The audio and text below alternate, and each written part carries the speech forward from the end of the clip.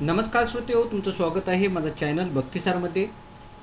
मी तुम्हाला या व्हिडिओमध्ये भगवद्गीतेतील अध्याय 2 सांख्ययोग या सांख्ययोगामधील श्लोक नंबर 19 पासून पुढे कथासार सांगणार आहे।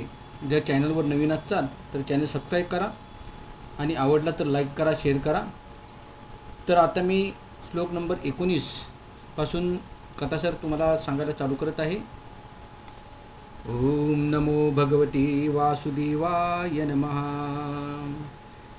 येयनं वेत्ति हन्तारं यशस्विनं मन्यते हतम् उभो अतो अनविजयानितो नायं हन्ति न हन्यन्ते। ज्याला वाटते की जीवात्मा हा मरणारा आहे किंवा तो मारला जातो तो अज्ञानात आहे, कारण जीवात्मा मारित नाही किंवा मारलाही जात नाही। तेव्हा एखाद्या शरीरधारी जीवाला प्राणघातक शास्त्रांनी दुखापत केली जाते तेव्हा त्या शरीरातील आत्मा मारला जात नाही, हे समजून घेतले पाहिजे। पुढील अनेक श्लोकावरून कळून येईल की जीवात्मा हा अत्यंत सूक्ष्म असल्याने कोणत्याही भौतिक शास्त्राने त्याची हत्या करणे शक्य नाही आणि त्याच्या आध्यात्मिक स्वरूपामुळे तो मारलाही जाऊ शकत नाही। ज्याची हत्या होते किंवा ज्याची हत्या झाली असे समजले जाते ते केवळ शरीरच असते, तथापि ही गोष्ट शरीराच्या हत्येला मुळीच उत्तेजना देत नाही। मा हिंसात सर्व भूतांनी कोणाचीही हिंसा करू नका हा वैदिक आदेश आहे। तसेच जीवात्मा मारला जात नाही ही समजूत पशु हत्येलाही प्रोत्साहन देत नाही। कोणाच्याही शरीराची अधिकाराविना हत्या करणे हे निंदनीय आहे।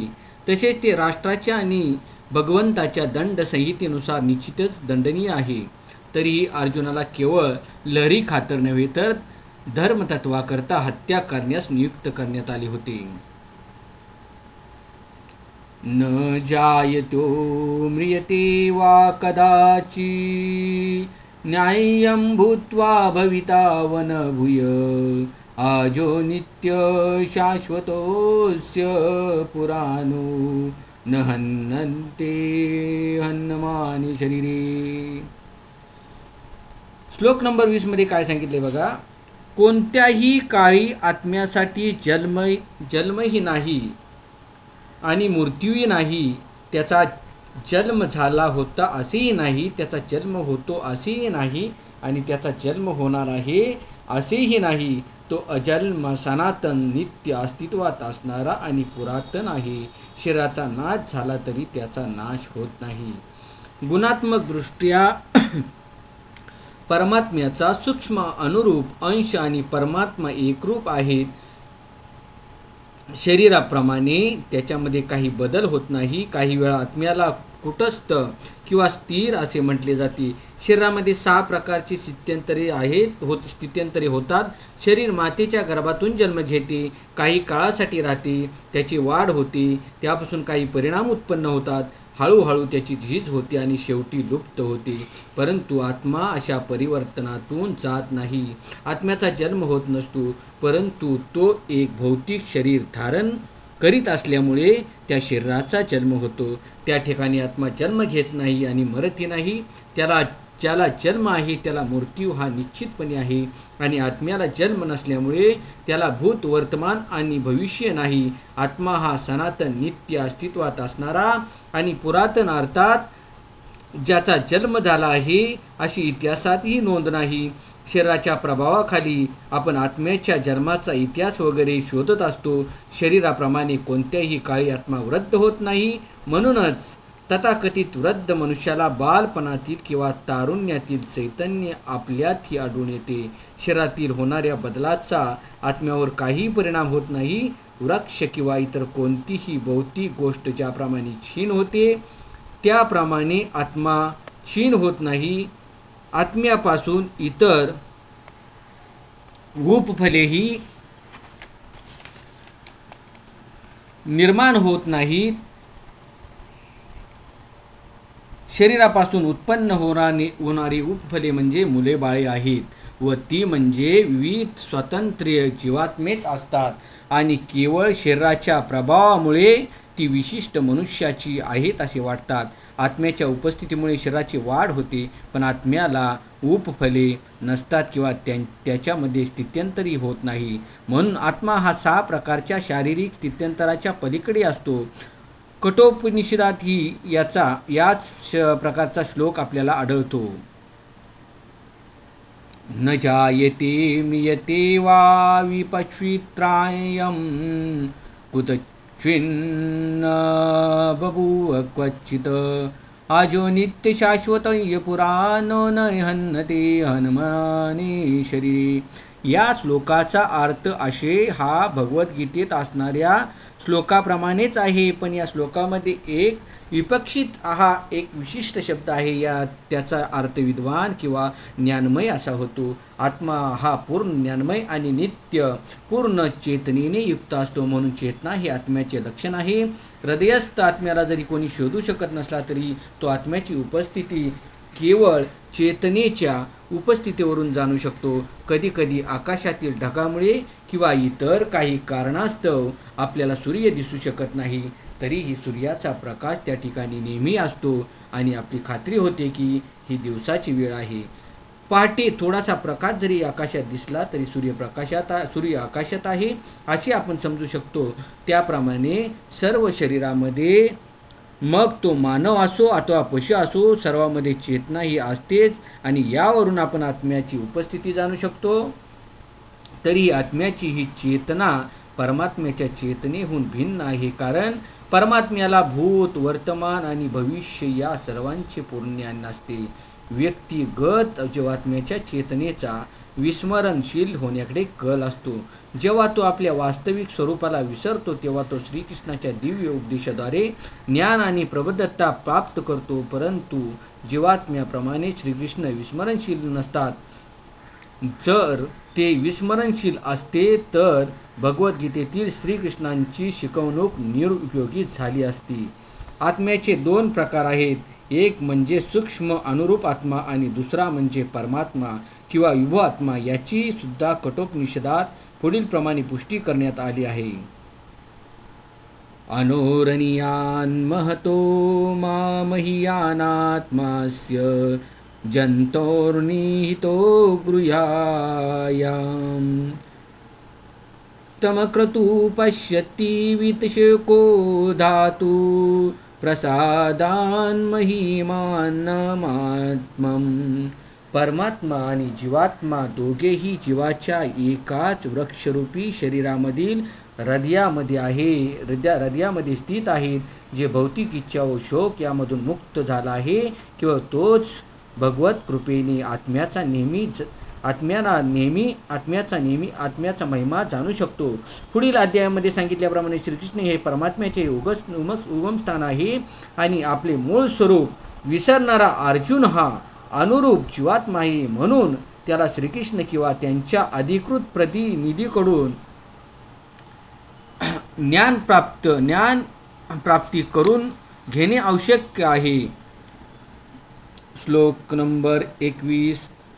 वेदा विनाशिनं नित्यं ययनमजं व्ययं कथं स पुरुष पार्थकं घातयति हंतिकं. हे पार्थ, जो व्यक्ती जाणतो की आत्मा हा अविनाशी, शाश्वत, अजन्म आणि अव्यय आहे, तो कोणाला कसा मारील किंवा कोणाला कसा मारवील. तात्पर्य, प्रत्येक गोष्टीची स्वतःची अशी उपयुक्तता असते आणि जो मनुष्य पूर्ण ज्ञानात स्थिर झाला आहे तो त्या वस्तूचा योग्य उपयोग कसा व कुठे करावा हे जाणतो. त्याचप्रमाणे हिंसेचाही उपयुक्तता असते. हिंसेचीही उपयुक्तता असते आणि हिंसेचा उपयोग कसा करावा हे ज्ञानी व्यक्तीवर अवलंबून असते. जर खुनाबद्दल अपराधी असणाऱ्या एका व्यक्तीला न्यायाधीशाने मृत्यूदंडाची शिक्षा फरमावली तर त्यासाठी न्यायाधीशाला दोषी ठरवता येत नाही, कारण तो न्याय ही संहितेनुसारच दुसऱ्या व्यक्तीला शिक्षा फरमावतो. खुनी व्यक्तीला देहांताची सजा देण्यात यावी याची पुष्टी मनुसंहितेत करण्यात आली आहे. कारण असे केल्यामुळे त्याने पूर्वजन्मी केलेल्या महापापाबद्दल त्याला सुख भोगावे लागणार नाही. म्हणून खुनी मनुष्याला राजाने केलेली फाशीची शिक्षा ही वस्तुतः हितकारकच आहे. त्याचप्रमाणे श्रीकृष्ण जेव्हा अर्जुनाला युद्ध करण्याची आज्ञा देतात तेव्हा निश्चितपणे जाणले पाहिजे की या प्रकारची हिंसा ही उच्च प्रतीच्या न्याय प्रदानासाठी आहे. यासाठीच अर्जुनाने त्यांच्या आज्ञेचे पालन केले पाहिजे. श्रीकृष्ण प्रीत्यर्थ युद्ध कर्म करताना केलेली या प्रकारची हिंसा ही मुळी हिंसा नाहीच. कारण कोणत्याही परिस्थितीत मनुष्य अर्थात त्याचा आत्मा मारला जात नाही हे अर्जुनाने योग्य रीतीने जाणले पाहिजे. म्हणून न्याय प्रदानासाठी तथाकथित हिंसा करण्यास अनुमती आहे. शास्त्रक्रिया ही रोगी व्यक्तीला मारण्यासाठी नसून त्याला स्वस्थ करण्यासाठी असते. म्हणून श्रीकृष्णाच्या आज्ञेनुसार अर्जुनाने केलेले युद्ध हे पूर्ण ज्ञानयुक्त आहे व त्यापासून पापाचे फळ भोगण्याचा प्रश्नच उद्भवत नाही. श्लोक 22. वासांसी जीर्णानि यथा विहाय तथा शरीरानि विहाय जीर्णा न्यन्यानि संयाति नवानि देहि.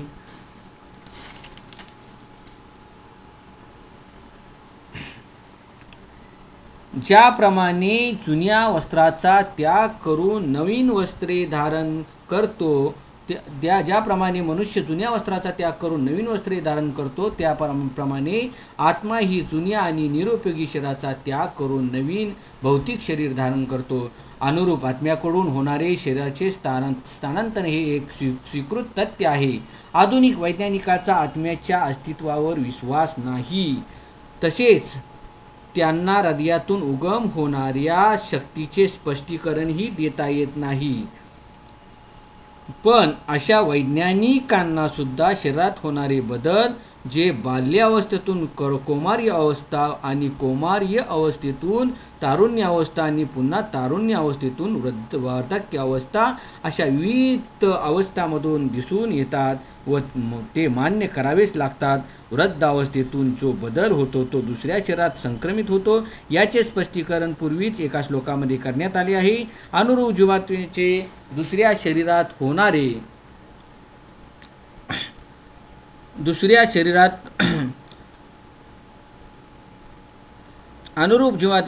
शरीरात होणारे संक्रमण हे परमात्म्याच्या कृपेमुळे शक्य होते. ज्याप्रमाणे एखादा मित्र दुसऱ्या मित्राची इच्छापूर्ती करतो त्याचप्रमाणे परमात्मा ही अनुरूप आत्म्याची इच्छापूर्ती करतो. मुंडकोपनिषद तसेच श्वेताश्वतरोपनिषद यासारख्या वैदिक साहित्यात आत्मा आणि परमात्मा याची तुलना ही एकाच वृक्षावर बसलेल्या दोन मित्र पक्षाबरोबर करण्यात आली आहे.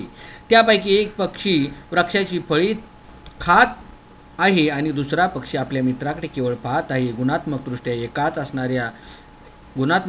एकच असणाऱ्या या दोन पक्षापैकी एक पक्षी भौतिक वृक्षाच्या फळांनी मोहित होतो तर दुसरा पक्षी आपल्या मित्रांच्या हालचालीचा केवळ साक्षी आहे. श्रीकृष्ण हे पाहणारे साक्षी पक्षी आहेत आणि अर्जुन फळे चाकणारा पक्षी आहे. जरी ते मित्र असले तरी त्यामधील एक जण स्वामी आहे आणि दुसरा सेवक आहे. आत्म्याचे या संबंधाबद्दल किंवा नात्याबद्दल होणारे विस्मरण ही त्याच्या एका वृक्षावरून दुसऱ्या वृक्षावर किंवा एका शरीरामधून दुसऱ्या शरीरामध्ये होणाऱ्या स्थानांतरास कारणीभूत ठरते.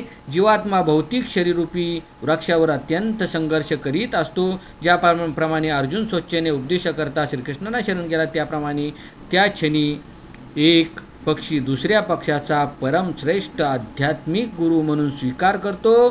तत्क्षणी तो कनिष्ठ किंवा गौण पक्षी सर्व प्रकारच्या शोकातून मुक्त होतो. मुंडकोपनिषद आणि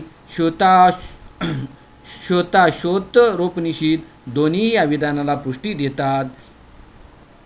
सामान्ये वृक्षे पुरुषो निमग्नो निशिया शोचती मुह्यमान जुष्टं यदा पक्षत्यन्यमीक्षमस्य महिमान महिमा न निमिती वीत शोक. जरी दोन पक्षी एकाच वृक्षावर असले तरी झाडाची फळे चाखणारा पक्षी चिंता आणि खिन्नता यांनी पूर्णपणे ग्रस्त झालेला असतो. परंतु कोणत्याही रीतीने त्याच्याकडे, त्याच्या मित्राकडे म्हणजेच भगवंताकडे तो त्याच्यानी पाहतो आणि त्याची महानता जाणतो. तत्क्षणी तो दुःखग्रस्त झालेला पक्षी सर्व चिंतातून मुक्त होतो. अर्जुनाने आता त्याच्या नित्य मित्राकडे म्हणजे श्रीकृष्णाकडे पाहिले आणि त्यांच्याकडून तो भगवद्गीता जाणून घेत आहे. ज्याप्रमाणे श्रीकृष्णाकडून श्रवण केल्यामुळे तो भगवंताची परमलीला जाणून शोकातून मुक्त होऊ शकतो. या ठिकाणी भगवंत अर्जुनाला उपदेश देतात की त्यांनी आपले वृद्ध पितामह आणि गुरु यांच्या देह स्थित्यंतरामुळे शोक करू नये. यापेक्षा धर्मयुद्धात त्याच्या शरीराचा वध करून विविध शारीरिक कर्मांच्या भोगातून त्यांना मुक्त करण्यात त्याने आनंद मानला पाहिजे. यज्ञवेदीवर किंवा योग्य रणभूमीवर जो मनुष्य आपले जीवन समर्पित करतो तो शारीरिक कर्मभोगातून तत्काळ मुक्त होतो आणि जीवनातील उच्चतर स्तरावर त्याची उन्नती होते. यास्तव अर्जुनाने शोक करण्याचे काहीच कारण नव्हते. श्लोक 23. नैनम छिंदन्ति शास्त्राणि नैनम दहति पावक न चैनम क्लद्ययन्त्यापोनशोषयति मारुत.